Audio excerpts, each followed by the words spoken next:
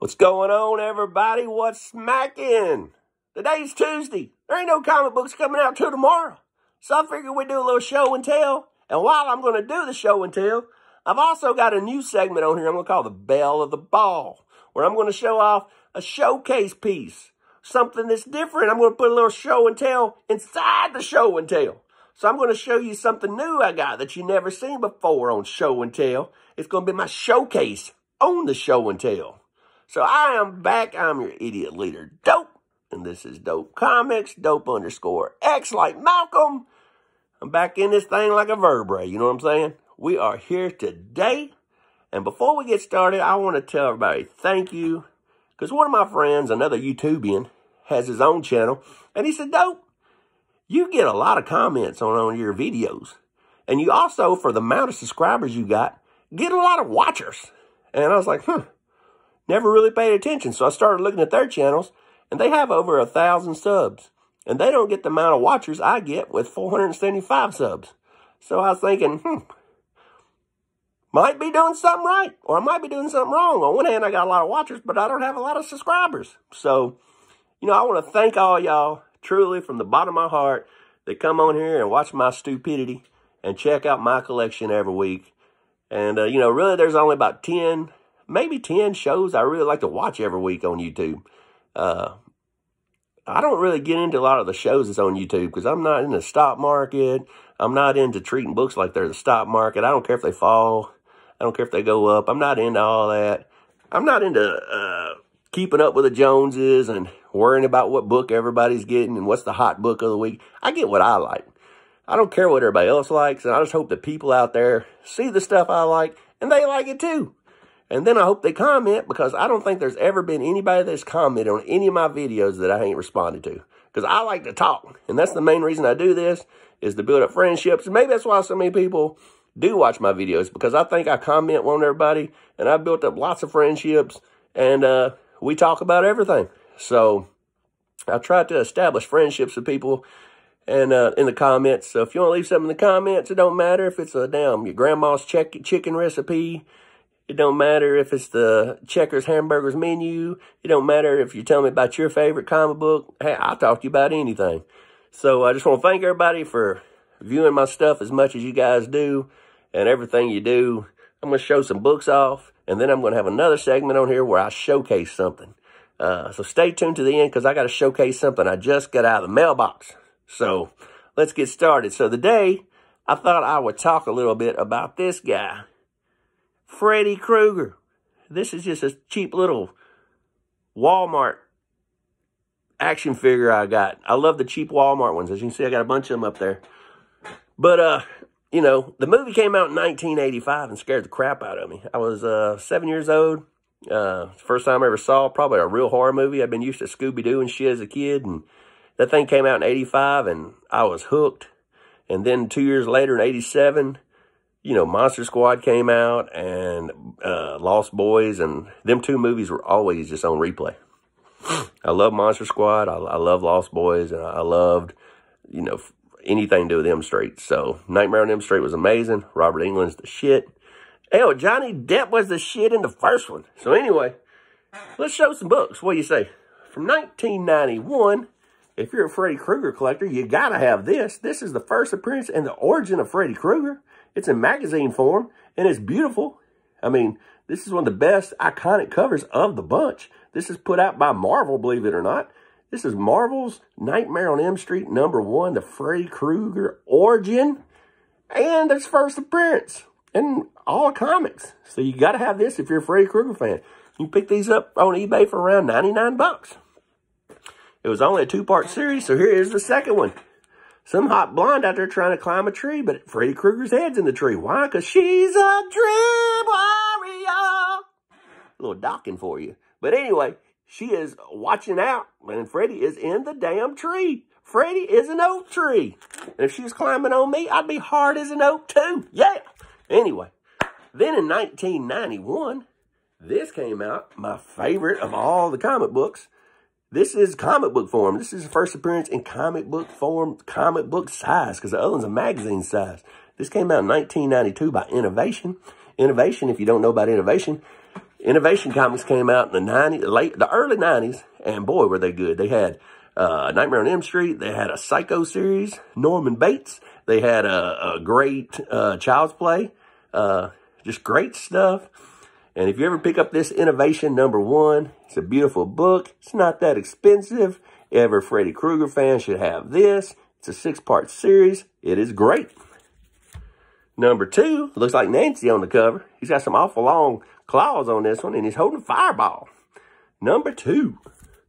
#3, worst cover of them all. I don't know what's going on here. This is probably where the story started going down. This is Innovation #3.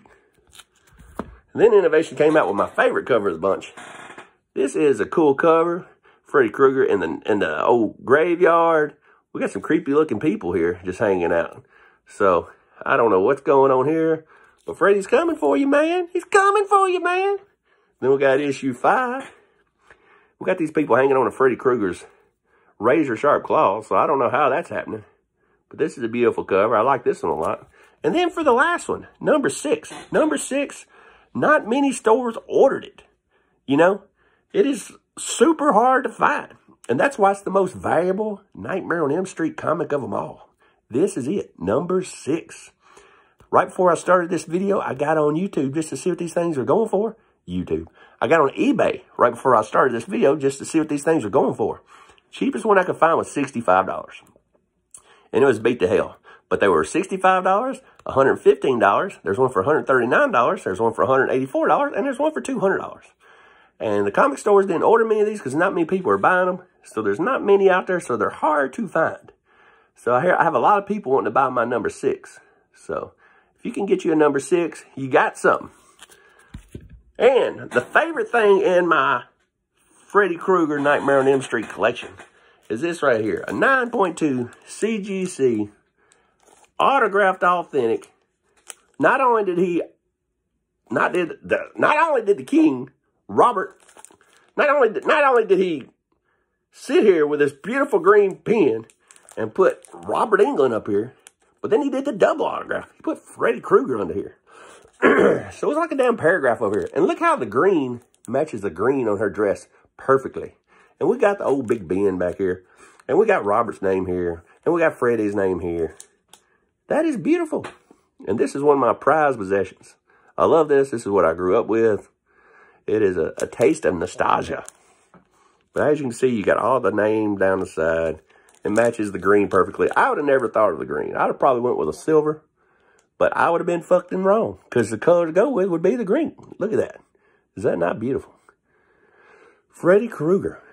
Robert Englund. Beautiful, beautiful book. As you can see.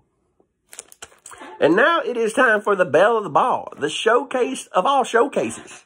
I got this in the mail. And it's not going to be a comic book. Not that size. What could be in the box? What's in the box? We got to know. I mean, we got to know. Brad Pitt had to know. If you ain't seen Seven, Seven's one of the best movies ever made. I already pre-opened this box because I wasn't going to let it beat the hell out of me like that oven did a couple of days ago. So what is in the box?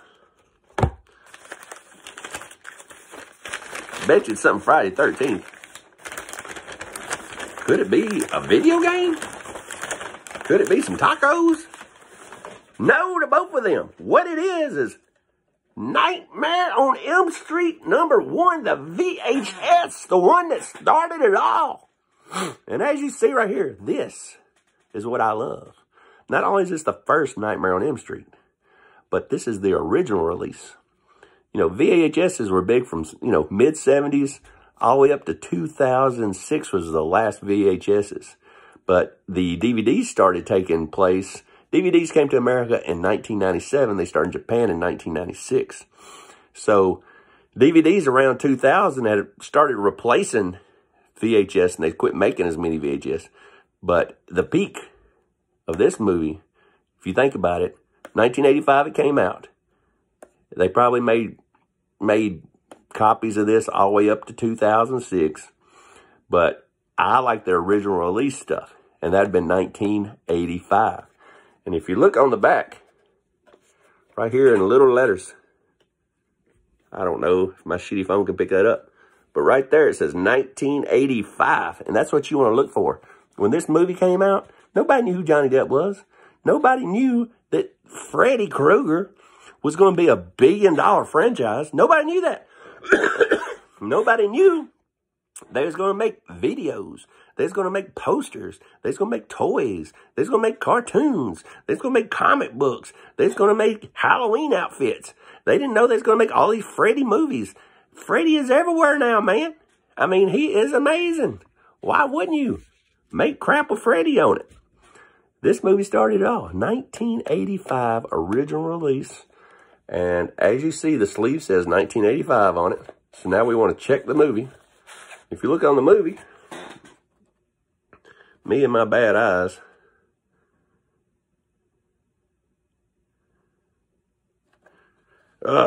right there says 1985. I know you can't see that. So you got to just trust Dope Daddy. I know what I'm talking about. It says it right there on the movie. 1985. Nightmare on Elm Street, original release. It's just cool to hold a piece of history like this. Because if this thing said, 2000 on it, 2002, 1997, it's still cool. It's still the first ever Nightmare on Elm Street. But it's like not near as cool because it's not the original release. It's got to be a 1985. It's kind of like having the people collect comic books. This would be equivalent to the first, issue of whatever. Yeah, the 10th issue is still cool of Superman, but it's not as cool as the first issue. And that's what this is. The first VHS original release of Nightmare on Elm Street 1. So get you some. And just like that, we're under 12 minutes. And until the next time, read your comics.